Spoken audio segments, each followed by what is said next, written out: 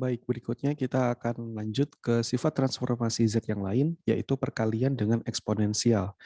Proses ini mungkin agak panjang ya, tapi sebenarnya ini simpel juga. Jadi lagi-lagi kita paling mudah untuk memahami bagaimana efek hasil transformasi Z dari perkalian eksponensial itu dengan cara membuat permisalannya. Jadi di sini dibuat persamaan yang sudah berulang-ulang kali kita pelajari, yaitu alfa pangkat n dikalikan UN, fungsi step biasa lagi-lagi. Kemudian bagaimana apabila kita kalikan sinyal xn ini dengan alfa n tertentu. Jadi di depan ini diberikan alfa n lagi, sehingga di sini akan jadi alfa kuadrat n ya. Jadi 2 kali n, lalu dikalikan un, fungsi step biasa. Nah, kalau pas bagian atasnya ini, ya tentu saja ini sudah kalian pelajari dan hasilnya tentu seperti ini ya. Jadi kayak berulang-ulang. Ini adalah format dasar untuk kalau alfa pangkat n. Nah, lalu kita bisa periksa ke eh, hasil dari perkalian ini. Kita coba, karena di sini bedanya adalah a pangkat 2n, maka apa yang terjadi?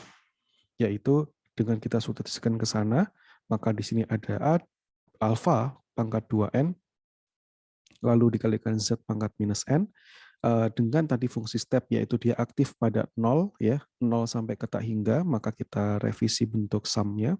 Lalu lebih lanjut kita mengkelompokkan n agar dia keluar ya, agar dia keluar. Maka n sudah ada di luar, tetapi di dalam sini ada alfa kuadrat z pangkat minus 1. Kemudian karena ini sudah bentuk formal, maka silakan buka tabel satu-satu dan ubah ke geometric series dan hasilnya adalah seperti ini. Nah, kalau kita perhatikan, maka sebetulnya eh, wujud Z di sini itu akan terinverse ketika dalam bentuk seperti ini. Kalian harus bisa membayangkan atau seakan-akan seperti kantong begitu. Katakan ini adalah sebuah kantong, di mana ini adalah kelerengnya. Jadi kelereng dimasukkan ke dalam kantong. Kelereng ini warnanya merah, tapi kalau dimasukkan ke kantong warnanya jadi hitam. Nah, itulah yang dimaksud dari dia adalah Z saja, tidak punya pangkat, tapi kalau dimasukkan ke kantong maka dia jadi Z pangkat minus 1. Nah, saya harapkan kalian punya sensasi imajinasi seperti itu di dalam memahami matematika dan pengolahan sinyal. Itu kita menggunakan permisalan ya. Nah, apa yang terjadi juga dari persamaan ini agar kita berhubungan dengan ini apa? Yaitu alfa pangkat 2 yang ada di sini sebetulnya berasal dari alfa pangkat 1 dikalikan Z. Yang kemudian ini disubstitusikan ke sebuah kantong bernama Z pangkat minus 1. Apa yang terjadi jika alfa pangkat minus 1 dikalikan Z dalam kurung pangkat minus 1, maka pangkat minus 1-nya akan membuat alfa itu jadi positif, lalu Z-nya menjadi negatif. Maka hasilnya adalah alfa pangkat 1 positif, lalu dikalikan Z pangkat 1. Nah, ini kemudian masuk ke dalam persamaan, sorry, bukan masuk persamaan ini, masuk ke persamaan ini, sehingga alfanya jadi double. Karena alfanya jadi double, maka kita bisa tulis secara lengkap, alfa kuadrat dikalikan Z pangkat minus 1. Maka jadilah tampilan yang seperti ini. Gitu. Jadi di sini ada inverse atau pangkat minus 1. Atau secara simpel, ya sudah, dengan adanya pengkali tertentu, maka pada hasil transformasi Z-nya itu di dalamnya mengandung alfa pangkat minus 1 ya, tertentu. Tergantung dari pengalinya apa. Kalau di sini kan saya tentukan alfa pangkat n. Ya, otomatis hasil transformasi Z-nya adalah X alfa ya dikalikan Z pangkat minus 1. Oh, kebalik ya. X alfa pangkat minus 1 dikalikan Z. Itu kalau ada pengali alfanya. Nah, fungsi dari perkalian ini itu adalah untuk penskalaan ya, membuat skala. Atau skala itu kan bisa berarti zoom in atau zoom out ya. Jadi tergantung nanti skala bagaimana. Oke, sebelum kita lanjut lebih jauh, kita mau memeriksa polnya dulu ya. Memeriksa pol ROC ya, berarti ROC. Memeriksa ROC, kita perhatikan pada pembagi yang di bawah, kita bandingkan antara persamaan 1 dan persamaan 2, ternyata keduanya memiliki kriteria yang mirip. Bedanya adalah pada pengkali alfanya.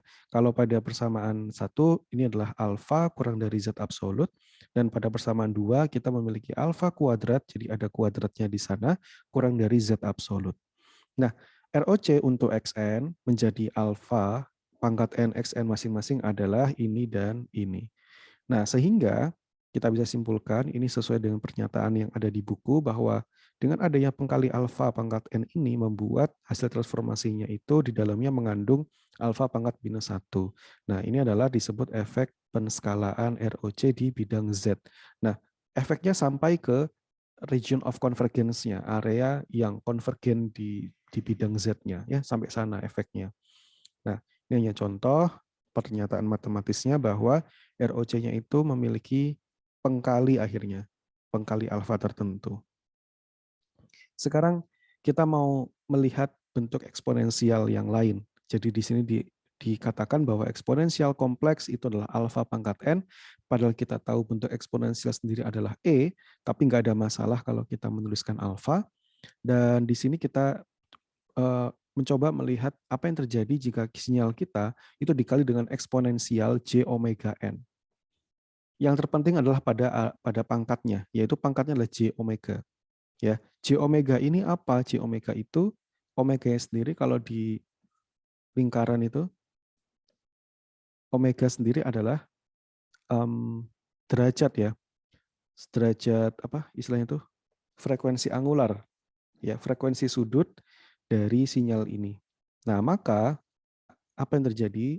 Sinyal xn dikalikan dengan ej omega n. Itu transformasi z-nya adalah di dalamnya menjadi e pangkat minus j omega. Ya, ada pengkali seperti ini. Dan efeknya apa? Efeknya adalah pada ROC itu rotasi pada bidang Z. Ya, jadi ada rotasi, ada rotasi. Posisinya kalau misalkan ROC-nya harusnya di sini, jadi dia bisa pindah kemana begitu. Dikarenakan ya ada omega tertentu, omega 0 ya, ada omega yang membuat dia bergerak entah searah jarum jam atau berlawanan dengan arah jarum jam. Oke, mungkin itu berikutnya kita akan masih membahas sifat transformasi Z.